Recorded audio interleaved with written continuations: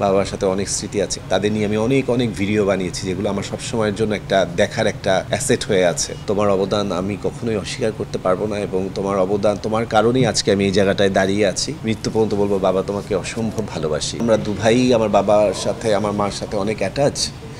তো কথায় কথায় আপনারা দেখেছেন কিনা জানি না, এই জেনারেশনের এই যে এত আমার পরের যে আরেক জেনারেশন এসছে বা জেনারেশন এসছে, তারা কতটুকু সুযোগ পেয়েছে জানি না। আমি একদিক থেকে অসম্ভব লাকি, কারণ আমি যখনই মোবাইল ধরি, মানে একটা ভিডিও করতে যাই, আমার বাবা মা কিন্তু আমার ক্যামেরায় ধরা দেয়। তারা আমার সাথে মানে ভিডিওতে অংশগ্রহণ করে। তাদের নিয়ে আমি অনেক ভিডিও বানিয়েছি, যেগুলো আমার সবসময়ের জন্য একটা দেখার একটা অ্যাসেট হয়ে আছে, যেগুলো আমি একটা সময় আরও বয়স হয়ে গেলে আমি ওগুলো দেখে নিজে আনন্দ পাবো বা স্মৃতিচারিত করতে পারবো।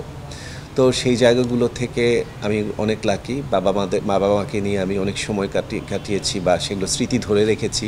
ছবি তোলা, ভিডিওতে আমি একটু অ্যাডভান্সড, তো সো এগুলো সবসময় আমি করেছি, এবং তারাও আমাকে এমন একটা বিষয় যে আমি যখনই গিয়ে বলি যে আম্মু আমি একটা ভিডিও করব বা একটা গানের সাথে ভিডিও করবো, তুমি শুধু বসে থাকবা, বাকিটা আমি করব। তো তারা সাথেই ক্যামেরা দেখলে রাজি হয়ে যায়, কখনও আমাকে ফেরায় না। কিন্তু অনেকের আছে, দেখা যায় যে বাবা মা ক্যামেরা শাই, তারা অনেক সন্তানই আছে যে বাবা মার সাথে সেরকম সেই ছবি বা ভিডিও করার স্মৃতিটুকুই ধরে রাখতে পারিনি। তো সেই জিনিসগুলো আমার আছে। বাবার সাথে অনেক স্মৃতি আছে, বাবার সাথে দেশের বাইরে, বাবার সাথে বাবার শোনা গল্প। আমার বাবা তো ডিসি ছিলেন, তো সব কিছু মিলিয়ে বাবার গল্প আসলে আপনাদের আরেক দিন বলবো, বিস্তারিত বলবো। আমার বাবার গল্প বলতে গেলে আসলে আমার গল্প বাদটুকু দিয়ে, আমার অংশটুকু বাদ দিয়েই বাবার গল্প নিয়েই পুরোটা একটা এপিসোড হওয়া উচিত। আর বাবাকে ভালোবাসি, বাবাকে বলেছি, বলিনি, বলবো, শেষ পর্যন্ত বলবো, মৃত্যু পর্যন্ত বলবো, বাবা তোমাকে অসম্ভব ভালোবাসি। বাবার জন্য আসলে ভালোবাসা বলার কোনো সীমারেখা নেই। যে কোনো মুহূর্তে, যে কোনো সময়, যে কোনো জায়গা থেকে, যে কোনো অবস্থান থেকে, প্রতি মুহূর্তে, প্রতিক্ষণ শুধু একটাই বার্তা, যদি বাবা জীবিত থাকে আপনার, যদি সুযোগ থাকে, আপনি দেরি না করে সুযোগটাকে কাজে লাগান। এমন একটা সুযোগ বা এমন একটা স্কোপ ক্রিয়েট করেন, এমন একটা ওয়ে ক্রিয়েট করেন, যেই ওয়ের মাধ্যমে আপনি আপনার বাবাকে বলতে পারছেন যে বাবা তোমাকে ভালোবাসি, বাবা আমি তোমার সেই ছেলে, তোমাকে বলি নাই, বলা হয়নি কখনো, কিন্তু আসলে তোমার তুলনা তুমি, আমার সারাটা জীবন জুড়ে তোমার অবদান আমি কখনোই অস্বীকার করতে পারবো না, এবং তোমার অবদান, তোমার কারণেই আজকে আমি এই জায়গাটায় দাঁড়িয়ে আছি।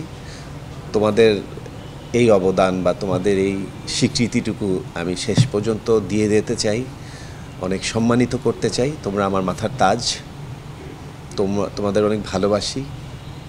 তোমরা সবসময় ভালো থেকো, আর যতদিন বেঁচে আছি, আমরা বেঁচে আছি, আমাকে তুমি সেই ছায়াটুকু দিও। এই তো বাবার জন্য তো এইরকমই মেসেজ হওয়া উচিত।